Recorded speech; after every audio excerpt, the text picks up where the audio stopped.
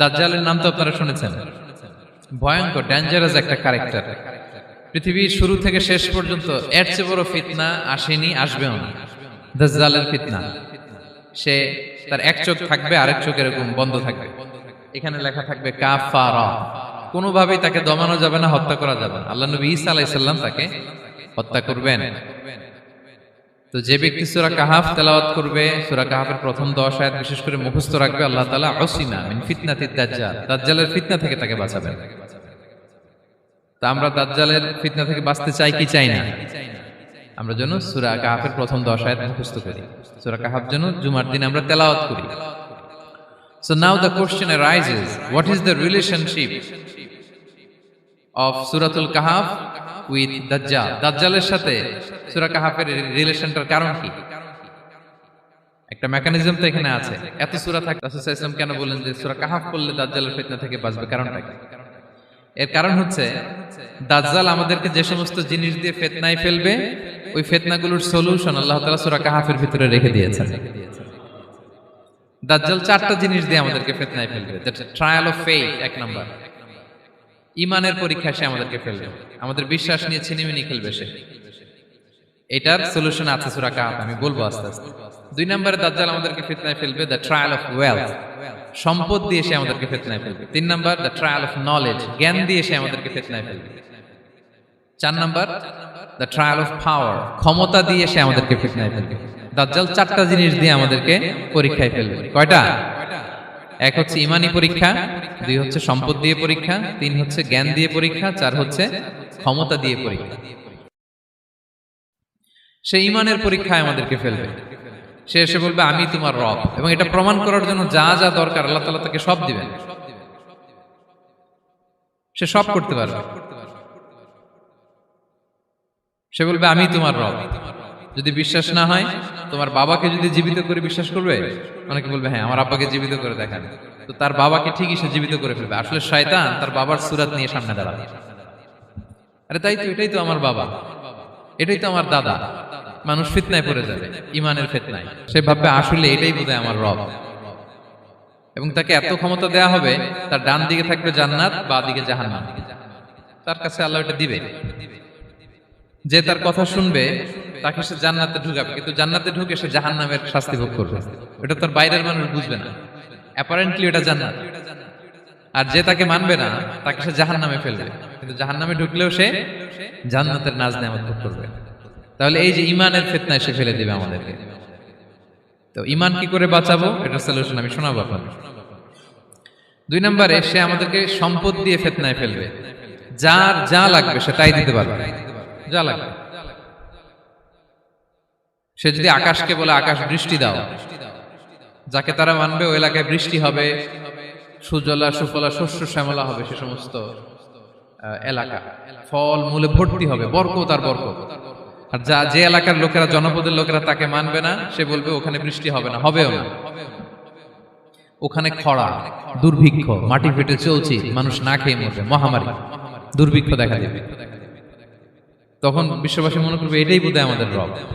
তার মানে সম্পদ দিয়ে ফিতনায় ফেলে দিবে। 3 নম্বর হচ্ছে নলেজ, তার জ্ঞানের কাছে গোটা বিশ্ব হার মানবে।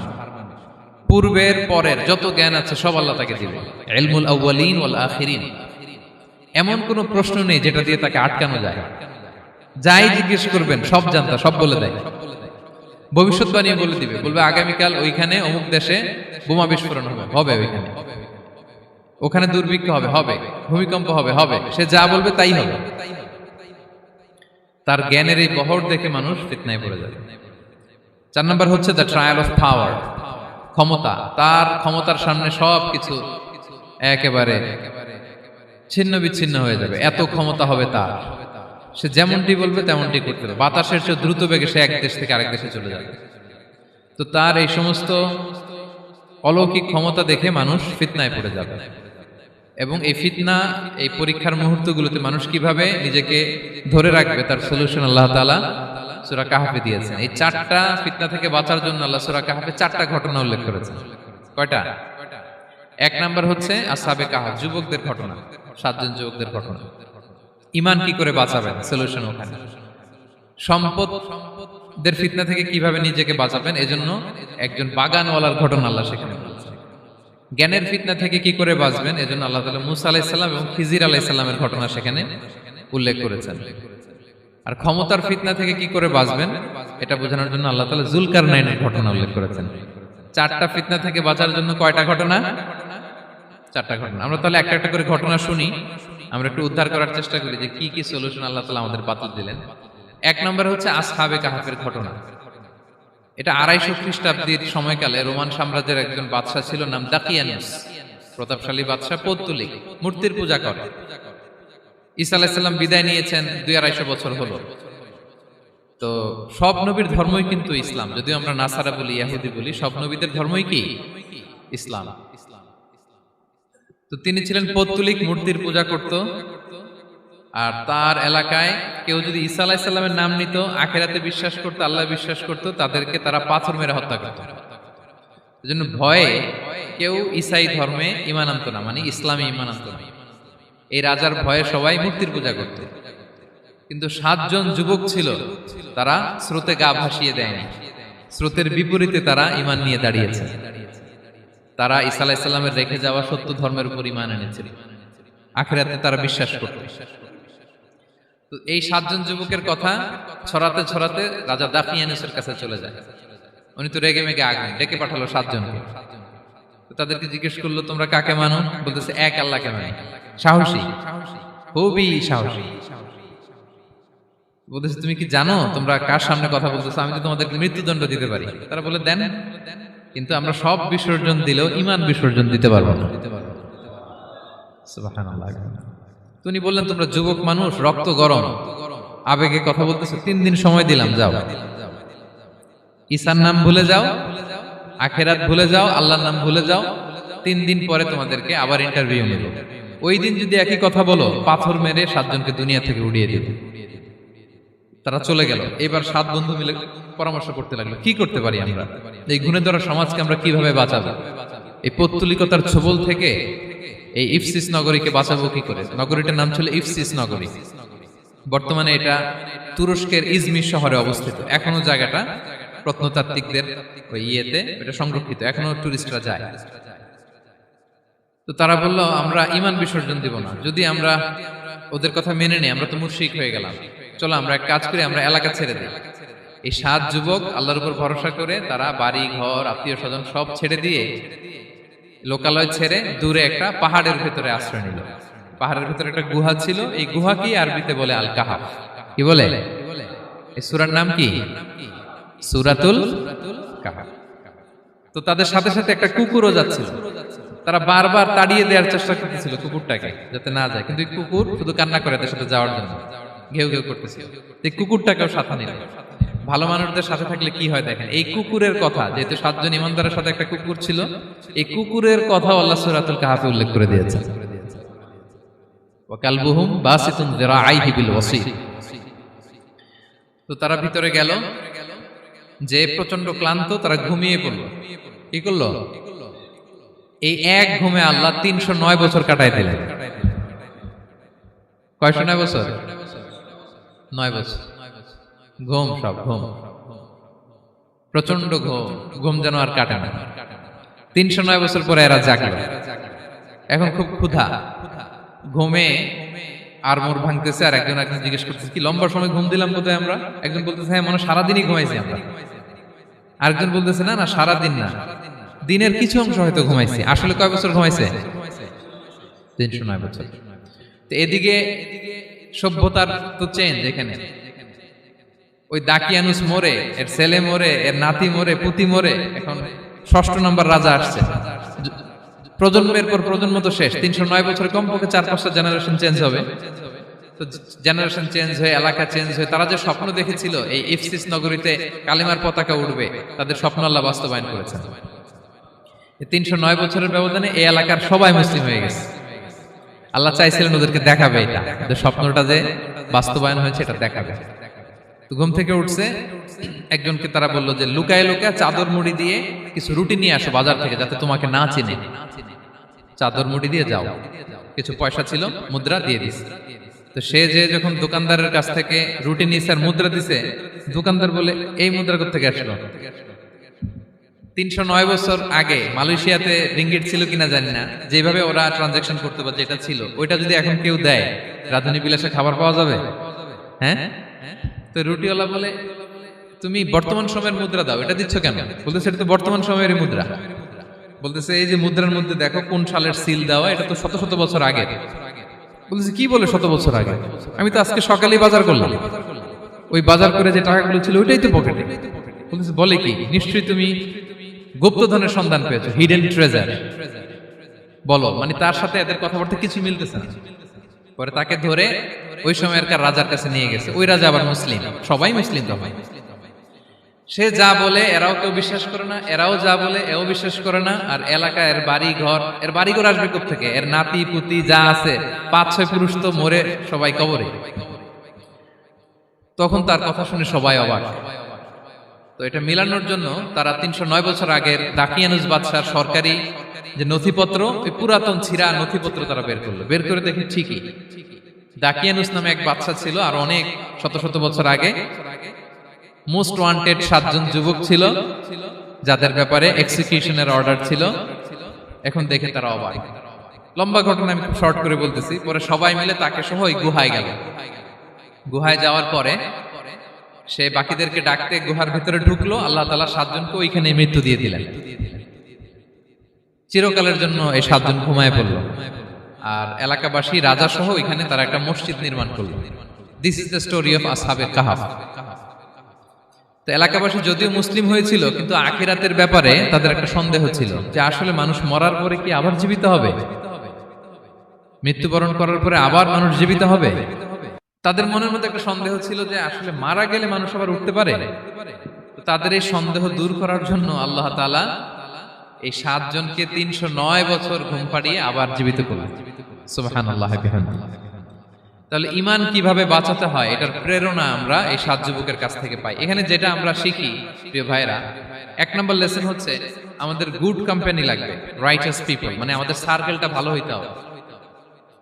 তাদের 7 জনের সার্কেলটা খুব ভালো ছিল, ফলে তারা বিপথে যায় না এবং তারা এমন শক্ত সিদ্ধান্ত নিয়েছে যে আল্লাহ তাআলা সেটাতে বরকত দিয়েছেন, গোটা সমাজকে আল্লাহ তাআলা চেঞ্জ করে দিয়েছেন।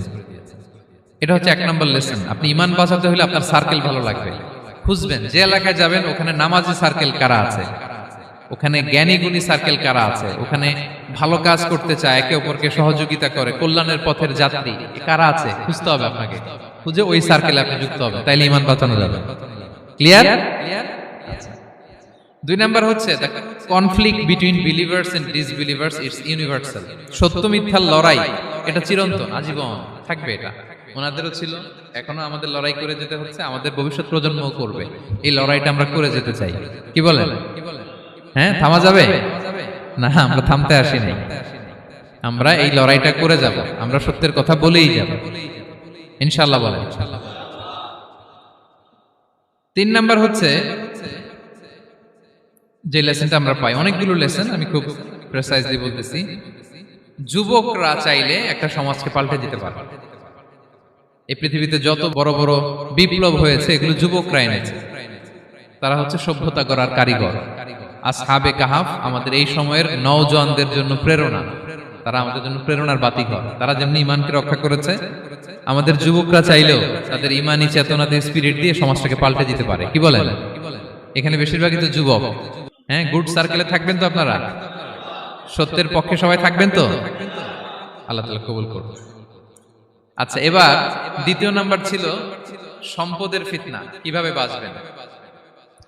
আসহাবে কাহাফের পরে সূরা কাহাফে আল্লাহ তাআলা একজন বাগানওয়ালার ঘটনা বলেছে। 2 জন বন্ধু, একজন একটু গরিব, সে বিশ্বাসী, আরেকজন ধনী, সে অবিশ্বাসী। তাকে আল্লাহ তাআলা বিশাল বড় খেজুরের বাগান আর আঙ্গুরের বাগান দিয়েছেন, বিশাল বড়, অনেক বড় বিজনেস ম্যাগনেট। তো এই সম্পদের অহংকার সে করত। সে প্রায় তার গরিব বন্ধুকে বলতো যে তোর চেয়ে আমার সম্পদও বেশি, সন্তানও বেশি, জনবল বেশি, লোকবল বেশি, অর্থবল বেশি, সব বেশি। অহংকারে তার পা মাটিতে পড়ত না। আর সে আখিরাতে অবিশ্বাস করত এবং সে বলতো যে এই সম্পদ আমারে বাঁচাবে, চিরকাল আমাকে স্মরণীয় করে রাখবে, এই সম্পদ কোনোদিন যাবে না।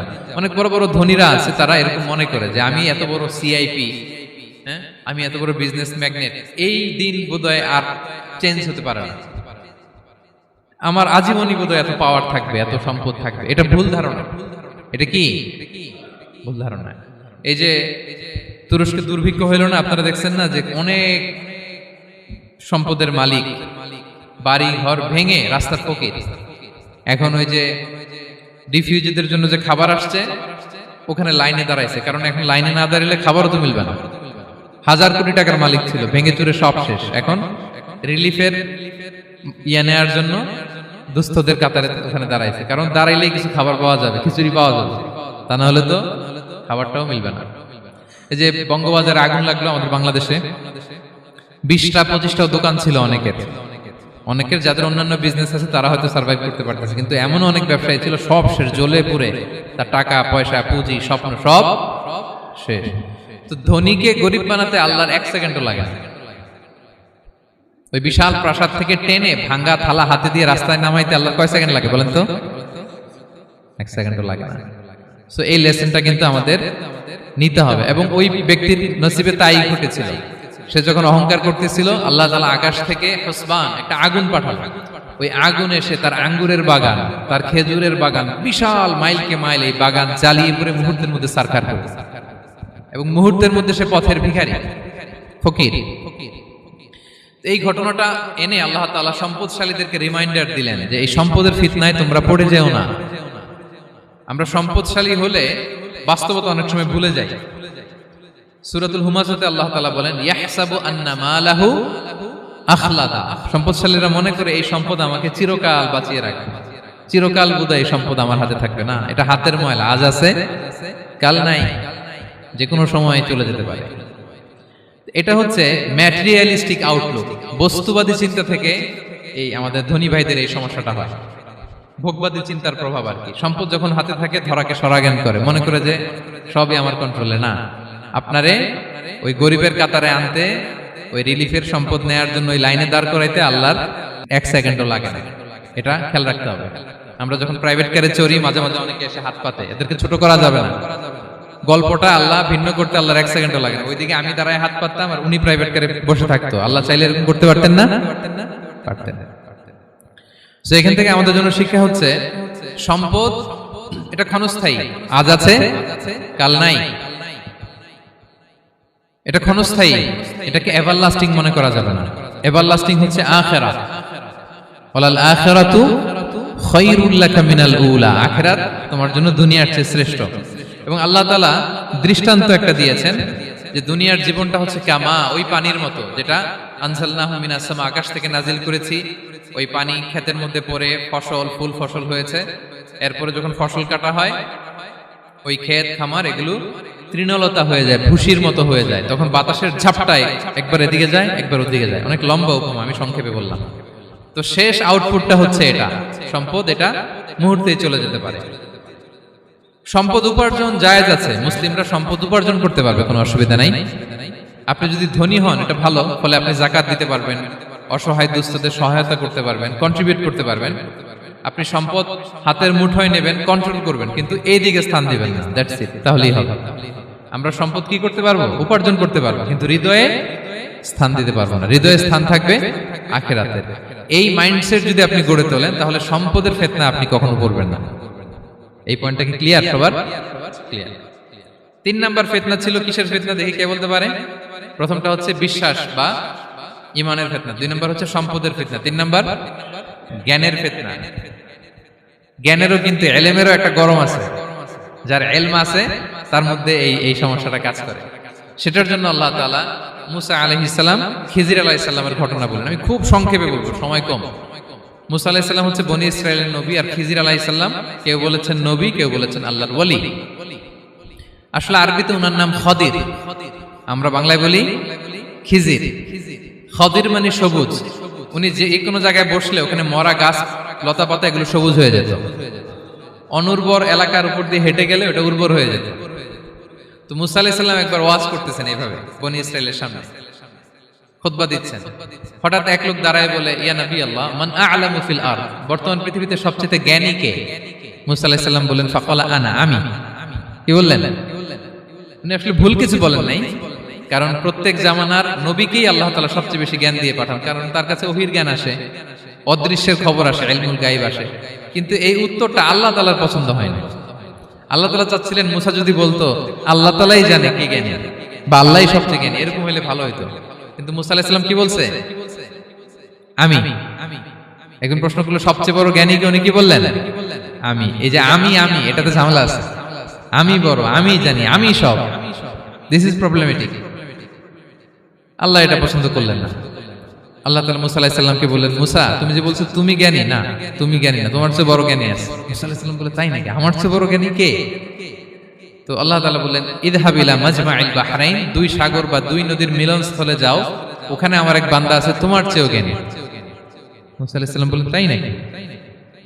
তো আল্লাহ, আমি কিভাবে চিনব উনি কোথায় থাকে, কিভাবে বুঝবো? আল্লাহ বললেন, একটা বড় মাছ নাও, এটাকে ফ্রাই করো, এটাকে ফ্রাই করে একটা ঝুড়ির ভেতরে নাও, যেখানে এই মাছটা সাগরে ঢুকে যাবে ওখানে আমার বান্দাকে পাবে। তো উনি ওনার সহযোগী ইউশা ইবনে নুনকে নিয়ে হাঁটতে লাগলেন।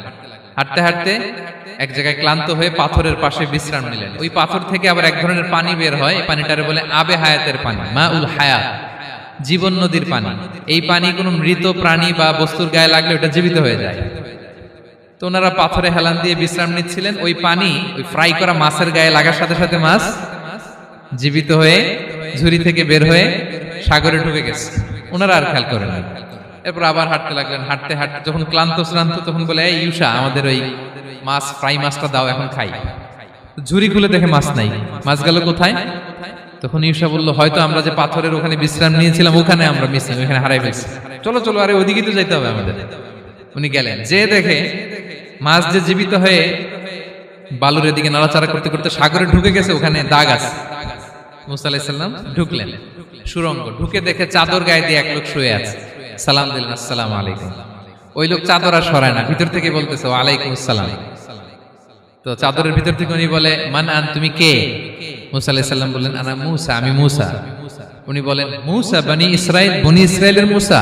বলেন, হ্যাঁ। কেন এসেছো? এবার চাদর খুললেন, বলতেছে, আপনার কাছ থেকে কিছু শিখতে আসছি। আল্লাহ বলছে, আপনি নাকি সবচেয়ে বড় জ্ঞানী।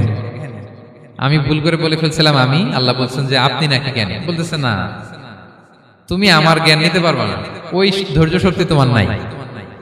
মুসা আলাইহিস সালাম বললেন যে, আপনি যে কোনো শর্তে আমাকে একটু রাখেন কয়েকদিন আপনার সাথে, আমি রাজি। বললেন, না, তুমি পারবে না। মুসা আলাইহিস সালাম জোর করতে লাগলেন। অবশেষে খিদির আলাইহিস সালাম রাজি হলেন। বললেন, শর্ত হচ্ছে আমি যাই করি আর না করি আমাকে কোনো প্রশ্ন করা যাবে না। মুসা আলাইহিস সালাম বললেন, ওকে। সফর শুরু হলো। সামনে নদী, এক লোক তাদের নৌকা দিয়ে নদী পার করায় দিল। নদী পারাপারের পর খিজির আলাইহিস সালাম লাঠি দিয়ে নৌকার তলাটা ছিদ্র করে দিলেন। মুসা আলাইহিস সালাম বললেন, ইন্না লিল্লাহি, এটা আপনি কি করলেন? ওরা আমাদেরকে নদী পার করে দিল, আর যে ভাড়াটা আসছিল এটাও নিল না, আমাদেরকে সম্মান দেখালো, আপনি নৌকা ছিদ্র করে দিলেন। খিজির আলাইহিস সালাম বলছে, এই যে আমি বলছিলাম না তুমি ধৈর্য ধারণ করতে পারবে না, যাও তোমার রাস্তায় তুমি, আমার রাস্তায় আমি। মুসা আলাইহিস সালাম আবার ক্ষমা চাচ্ছেন যে, আপনি আমার ক্ষমা করেন, আমি তো ভুলে গেছি, আর প্রশ্ন করবেন না। চলতে লাগলেন। হঠাৎ বাচ্চারা খেলতেছে, এক বাচ্চাকে ধরে হত্যা করলেন খিজির আলাইহিস সালাম। এবার তো মুসা আলাইহিস সালাম রেগে গেছে, আপনি করলেনটা কি? একটা নিষ্পাপ ফুলের মতো শিশুকে হত্যা করলেন। খিজির আলাইহিস সালাম বলে, এই যে আমি জানতাম যে তুমি ধৈর্য ধারণ করতে পারবে না, তোমার রাস্তা এক, আমার রাস্তা এক, যাও। এবার মুসা আলাইহিস সালাম করজোর করতেছে যে, this is the last chance, একটা ফাইনাল চান্স দেন, একটা সুযোগ দেন, আর আমি প্রশ্ন করব না, এটাই লাস্ট। বলেন, ওকে, ঠিক আছে। হাঁটতে হাঁটতে এক ইহুদি বসতির সামনে যে হাজির, দুজনই খুব ক্ষুধার্ত, খাবার চাইলো, এরা আবার কৃপণ, খাবার দিল না। তো খিজির আলাইহিস সালাম বললেন, ঠিক আছে, খাবার যেটা দিচ্ছেন আমরা চলে যাই। যাওয়ার পথে দেখতেছে এই এলাকার একটা দেয়াল ভেঙে পড়ে যাবে। তিনি বললেন, মুসা চলো এটা ঠিক করে দেই। দুইজন মিলে প্রচন্ড ক্ষুধায় এটা সেটা এনে দেয়ালটা তৈরি করতেছে। মুসা আলাইহিস সালাম তো এমনিই রাগী, পেটে আবার ক্ষুধা, আবার বলছে কিছু বলাও যাবে না। তিনি এবার আর প্রশ্ন করেন, বলতেছে, ওরা এত কিপটামি করলো আর আপনি এটা করে দিলেন, আপনি তো চাইলে এটা টাকা নিতে পারতেন, পারিশ্রমিক নিতে পারতেন চাইলে। এই কথা বলার পর খিজির আলাইহিস সালাম বললেন, হাযা ফিরাকু বাইনি ওয়া বাইনি, এখানেই তোমার আর আমার সেপারেশন, আর সামনে আগানো যাবে না, তোমার কোনো ধৈর্যই নাই। তো এতটুকু তোমাকে আমি বলি যে আমি একটাও আল্লাহর আদেশ ছাড়া করি নাই, আল্লাহর আদেশে আমি করেছি। কি? এক নম্বর হচ্ছে ওই যে আমাদের ভাড়া নিতে চাইলো না, আমাদেরকে পার করে দিল, নৌকাটা ছিদ্র করেছি কারণ এই এলাকায় একজন জালিম বাদশাহ আছে, সে নৌকা পেলেই গরিব মাঝিদের নৌকা সিজ করে নিয়ে যায়। তো এটাকে যখন তলায় ছিদ্র করে দিছি, এই রাজার লোকেরা এসে দেখবে যে এটা তলা ছিদ্র, তো পানি ঢুকতেছে, এটা নিবে না, ওরা পরে সামহাও এটা রিপেয়ার করে চালাইতে পারবে। মুসা আলাইহিস সালাম বলে সুবহানাল্লাহ, তাই তো, এটা তো আমি বুঝতে পারি নাই। আর ওই ছোট শিশুটাকে হত্যা করছি, ও অনেক বড় জালিম হবে এলাকা, তার ফিতনায় এলাকাবাসী তটস্থ থাকবে, সে তার মা বাবাকেও জাহান্নামে নেবে। এজন্য আল্লাহ তাআলা আদেশ দিয়েছেন আমাকে, আল্লাহর আদেশে আমি তাকে হত্যা করেছি। মুসা আলাইহিস সালাম বললেন তাই তো, এটা তো অনেক ভালো কাজ করছেন। তাইলে তো বলতেছে তাহলে ওইটা বলেন, খাবারও দিল না, এত কৃপণ, এদের দেয়াল কেন ঠিক করতে গেলেন আপনি? তখন তিনি বললেন যে আসলে এটা একটা ইয়াতিমদের ঘর ছিল, দুইটা ইয়াতিম শিশু, তাদের বাবা মা খুব ভালো ছিল, আর এই দেয়ালের নিচে আছে গুপ্তধন, এই দেয়ালটা পড়ে যাবে, এই গুপ্তধন তারা ছোট মানুষ নিতে পারবে না, এলাকাবাসী তাদেরকে বঞ্চিত করে নিয়ে যাবে। আমি দেয়াল গড়ে দিলাম যাতে করে তারা যখন প্রাপ্তবয়স্ক হয় নিজেদের সম্পদ নিজেরা বুঝে নিতে পারে। সুবহানাল্লাহ বিহামদিহি। মুসা আলাইহিস সালাম বলে তাই তো, এগুলো তো আমি বুঝতে পারি নাই। তো এই ছিল খুব সংক্ষিপ্ত পরিসরে মুসা আলাইহিস সালাম খিজির আলাইহিস সালামের ঘটনা। তো রাসূল সাল্লাল্লাহু আলাইহি ওয়াসাল্লাম বুখারীতে একটা চমৎকার কথা বলেছেন, তিনি বলেছিলেন ওয়াদিদনা আন্না মুসা সাবার হাত্তা ইউকাসসা আলাইনা মিন আমরিহিমা। রাসূল সাল্লাল্লাহু আলাইহি ওয়াসাল্লাম বলেছিলেন ইস, আমার ভাই মুসা যদি আরেকটু ধৈর্য ধরতো তাহলে আরো কিছু অজানা তথ্য আমরা জানতে পারতাম। এখান থেকে, এই ঘটনা থেকে আমরা কি শিখলাম? প্রথম যেটা আমরা শিখলাম, জ্ঞান নিয়ে বড়াই করতে নেই, ঠিক কিনা? জানার কোনো শেষ নেই, জাননেওয়ালার উপরও জাননেওয়ালা আছে, জ্ঞানীর উপরও জ্ঞানী আছে। আপনি কিছু জেনেই মনে করবেন না আমি সব জানি, আপনার চাইতেও বেশি জ্ঞানী অনেকে আছে। অনেক সময় বক্তার চাইতেও শ্রোতারা অনেক জ্ঞানী। হয়তো এখানে এমন অনেক জ্ঞানী লোক আছে যার ধারে কাছেও আমরা কেউ নেই, হতে পারে। সো আমি সব জানি, এটা ভুল, এটা শয়তান বলে। এটা কে বলে? শয়তান বলে। আবু নাওয়াস একটা কবিতা লিখেছেন, ওয়াকুল লিমান ইয়াদঈ ফিল ইলমি ফালসাফাতান হাবাসতা শাইআন ওয়া গাবাত আনকা আশিয়াউ। কেউ যদি বলে আমি সব জানি, তুমি তাকে বৃদ্ধাঙ্গুলি দেখিয়ে বলো আপনি কিছুই জানেন না, আপনি অল্প কিছু জেনেছেন, জানার এখনো অনেক বাকি। তাহলে মুসা আলাইহিস সালামের এই ঘটনা জিজ্ঞেস করা হলো কে জ্ঞানী, উনি বললেন আমি জ্ঞানী। এরকম কি আমরা কখনো বলবো? না। সবচাইতে বড় জ্ঞানী কে? ওয়া ফাওকা কুল্লি যী ইলমিন আলিম। সবচাইতে বড় জ্ঞানী আল্লাহ তাআলা। সো জ্ঞান নিয়ে আমরা অহংকার করব না। দুই নাম্বার যে শিক্ষাটা আমরা পাই, ওই যে নৌকা দিয়ে পারাপার হচ্ছিল, তখন একটা চড়ুই পাখি এসে সাগরের মধ্যে মুখ দিয়েছিল। তো খিজির আলাইহিস সালাম বললেন মুসা, তুমি কি চড়ুই পাখিটা দেখতে পাচ্ছ? হ্যাঁ দেখতে পাচ্ছি। চড়ুই পাখিটা যে সাগরে মুখ দিলে দেখতে পাচ্ছ? হ্যাঁ দেখতে পাচ্ছি। তখন খিজির আলাইহিস সালাম বললেন চড়ুই পাখিটা সাগরে মুখ দিয়ে পানি খাওয়ার পরে চড়ুই পাখির ঠোঁটে বা চঞ্চুতে যতটুকু পানি লেগে আছে, এই পানিটা হচ্ছে তোমার, আমার এবং মহাবিশ্বের আমাদের সকলের জ্ঞান। আর এই মহাসাগরের সকল পানি হচ্ছে আল্লাহ তাআলার জ্ঞান। আল্লাহ তাআলা বলেছেন ওমা উতিতু মিনাল ইলমি ইল্লা কালিলা। আমি তোমাদেরকে একেবারে অল্প জ্ঞান দিয়েছি, একেবারে অল্প। এই রহস্যে ঘেরা এই মহাবিশ্বের অনেক কিছু আমাদের অজানা। প্রিয় ভাইরা, আমরা অনেক কিছু জানি না, আমাদের এই লিমিটেড নলেজ এগুলো ধরে না, তারপর আমরা জ্ঞানের বড়াই করি। আপনারা উপমাটা বুঝতে পারছেন? একটা নৌকা থেকে চড়ুই পাখি ঠোঁট দিয়ে পানি খাচ্ছে, পানি খাওয়ার পরে স্বভাবতই চড়ুই পাখির ঠোঁটে একটু পানি তো লাগবে। খিজির বললেন যে এই পানিটা হচ্ছে তোমার, আমার, পৃথিবীর সবার জ্ঞান, আর এই সাগরের বাকি পানিগুলো কার জ্ঞান? এবার বুঝতে পারছেন আল্লাহ তাআলার জ্ঞানের পরিধি। আমরা জ্ঞান নিয়ে যেন কখনো কি না করি, বড়াই না করি। জ্ঞান দুই ধরনের, একটা বাহ্যিক জ্ঞান, একটা অন্তর্নিহিত জ্ঞান। External knowledge, internal knowledge. আমরা যখন কোরআন হাদিস পড়ি আমাদের বাহ্যিক জ্ঞান অর্জন হয়। কোরআন হাদিস পড়লেই আপনি জ্ঞানী হয়ে যান। এটা কোরআন হাদিস পড়তে হয়, এটা ডাইজেস্ট করতে হয়, এটার উপর আমল করতে হয়। এই জ্ঞান অর্জন শেষে এরপরে আল্লাহর প্রিয় বান্দাদেরকে আল্লাহ অন্তরে ইলমের নূর দেন, ইলহাম দেন। That is the knowledge, that is the pure knowledge. আপনি হাফেজে কোরআন হয়ে ভাবেন না আপনি সব জানেন, আপনি বুখারী মুখস্থ করে ভাবেন না সব জানেন। এই সব জ্ঞান অর্জন করার পরে ইলমের নূর হাসিল হয়, সেটা আল্লাহ সবারে দেয় না। সো এই অন্তর্নিহিত জ্ঞান, দূরদৃষ্টি, farsightedness, that is the pure knowledge. এটার জন্য বছরের পর বছর, যুগের পর যুগ সাধনা করতে হয়। সেটার জন্য এই জ্ঞান অর্জনের জন্য তিনটা জিনিস করতে হয় ইলমের নূর অর্জনের জন্য। কয়টা? এক হচ্ছে বিনয়, দুই হচ্ছে সফর, তিন হচ্ছে সবর। আবার বলি, এক হচ্ছে বিনয়, দুই হচ্ছে সফর, তিন হচ্ছে সবর।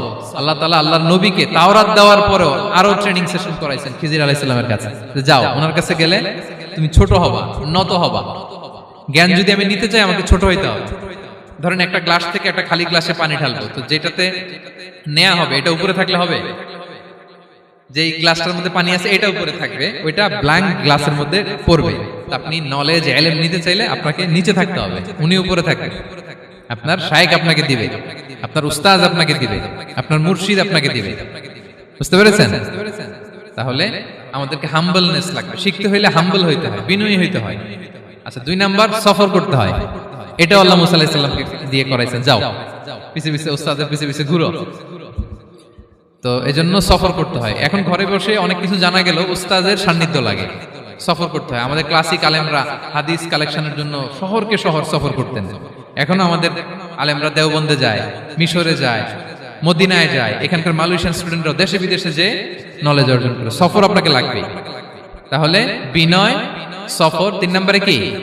সবর। ধৈর্যশীল হইতে হবে। দেখেন মুসা আলাইহিস সালাম বারবার প্রশ্ন করে ফেলতেছেন, বারবার ওয়াদা ভঙ্গ করতেছেন। এরকম করলে হবে না, ধৈর্য লাগবে। ধৈর্যের বলে বলিয়ান হলে তখনই আপনার মধ্যে ইলম আসবে। তাহলে জ্ঞানের ফিতনায় পড়ার আর আমাদের কোনো সম্ভাবনা আছে? আমরা বিনয়ী হব, আমরা জ্ঞান আল্লাহর দিকে ফিরাই দেব, আমরা বলবো উনি সবচেয়ে ভালো জানেন। পারা যাবে তো ইনশাআল্লাহ? আচ্ছা, আমি একেবারে শেষ পর্যায়ে চলে আসছি, 2 মিনিটের মধ্যে শেষ করে দিচ্ছি। 3 নাম্বার ছিল কিসের ফিতনা? 4 নাম্বার ক্ষমতার ফিতনা। এই ফিতনা থেকে বাঁচার জন্য সর্বশেষ আল্লাহ তাআলা যুলকারনাইনের ঘটনা বলেছেন। অনেক বড় বাদশা ছিলেন, পৃথিবীতে 4 জন বাদশা গোটা বিশ্ব শাসন করেছেন। 2 জন কাফির, 2 জন মুমিন। কাফির একজন হচ্ছে নমরুদ, যিনি ইব্রাহিম আলাইহিস সালামকে আগুনে ফেলেছিলেন। আরেকজন হচ্ছে বখতে নাসার, যাকে ইংরেজিতে বলে নেবুচারনেজার দ্য সেকেন্ড, দ্বিতীয় নেবুচারনেজার। তারা কোনো নির্দিষ্ট এরিয়ার বাউন্ডারির বাদশা না, গোটা বিশ্বের বাদশা ছিলেন। এই 2 জন কাফির। আর 2 জন বাদশা ছিলেন গোটা বিশ্বকে শাসন করেছেন, তারা ছিলেন মুমিন। একজন হচ্ছে সুলাইমান আলাইহিস সালাম, আল্লাহর নবী। আরেকজন হচ্ছে যুলকারনাইন, গোটা বিশ্ব শাসন করেছেন, প্রাচ্য থেকে পাশ্চাত্য সব জায়গায় তিনি গিয়েছেন, ইসলামের বাণী প্রচার করেছেন, জালিমদেরকে শায়েস্তা করেছেন। তো এরকম দিক বিদিক তিনি জয় করতেছিলেন। অনেকে যুলকারনাইনকে আলেকজান্ডার দ্য গ্রেটের সাথে গুলিয়ে ফেলে না। ম্যাসিডোনিয়াতে যে আলেকজান্ডার দ্য গ্রেট ছিল, উনি আর যুলকারনাইন এক নন। যুলকারনাইন হচ্ছে আল্লাহ তাআলার প্রিয় একজন বান্দা, অনেক বড় সাহসী বীর পুরুষ ছিলেন, গোটা বিশ্বে ইসলাম প্রচার করেছেন। করতে করতে করতে করতে অনেক বড় ঘটনা, আমি সব শেষের ঘটনাটা বলি। উনি জর্জিয়া, বর্তমান যে জর্জিয়ার তিবলিসি এরিয়া, এখানে এসে একটা এলাকার সন্ধান পেলেন, যারা ওনাকে এসে বলল যে এখানে একটা জঙ্গলি গ্রুপ আছে যাদের নাম ইয়াজুজ মাজুজ, তারা এসে আমাদের উপর হামলা করে। হে যুলকারনাইন, আমরা আপনাকে ট্যাক্স কালেক্ট করে দিচ্ছি, আপনি তাদের মাঝে আর আমাদের মাঝে একটা প্রাচীর তৈরি করে দেন। আপনারা ইয়াজুজ মাজুজের নাম শুনেছেন না? ইংরেজিতে বলে গগ ম্যাগগ। নূহ আলাইহিস সালামের 4 সন্তান ছিল, হাম, সাম, ইয়াফাস, কানাআন। এই ইয়াফাসের বংশধর হচ্ছে ইয়াজুজ মাজুজ, জঙ্গলি, হাজার হাজার শুধু বংশ বিস্তার করে। তারা এসে লোকালয়ে মানুষের উপর আক্রমণ করে, তাদের গবাদি পশু এগুলো ছিনিয়ে নেয়, ফলমূল খেয়ে ফেলে। তো যুলকারনাইন বাদশার কাছে যখন বিচার দেওয়া হলো, উনি বললেন ঠিক আছে, তোমাদের ট্যাক্স দেয়া লাগবে না, তোমরা শারীরিক পরিশ্রম করে আমাকে সাহায্য করো। তো উনি বর্তমানে হচ্ছে এক পাশে কৃষ্ণ সাগর, ব্ল্যাক সি, আরেকদিকে কাস্পিয়ান হ্রদ বা কাস্পিয়ান সাগর, এর মাঝখানে 1200 কিলোমিটার লম্বা মাউন্টেন রেঞ্জ, পাহাড়ি এরিয়া। আপনারা গুগলে দেখবেন। এইখানে 2 পাহাড়ের মাঝখানে ফাঁকা জায়গায় তিনি বড় বড় লোহার পাত প্রথিত করলেন, গেড়ে দিলেন। এরপরে তামা, সীসা গালিয়ে বিশাল একটা ওয়াল তৈরি করলেন। এটা যুলকারনাইন উনার বানানো ওয়াল বা ড্যাম, প্রাচীর। এখন আর ইয়াজুজ মাজুজ আসতে পারে না, ওরা আর আসতে পারে না। ওরা প্রতিদিন এটা ভাঙার চেষ্টা করে, কিন্তু ভাঙতে ভাঙতে আরেকটু ভাঙলেই ভেঙে যাবে। ওরা বলে আগামীকাল ভেঙে ফেলবে, ইনশাল্লাহ বলতে ভুলে যায়। এজন্য এরপরের দিন এসে দেখে আবার এটা আগের মতো হয়ে আসছে।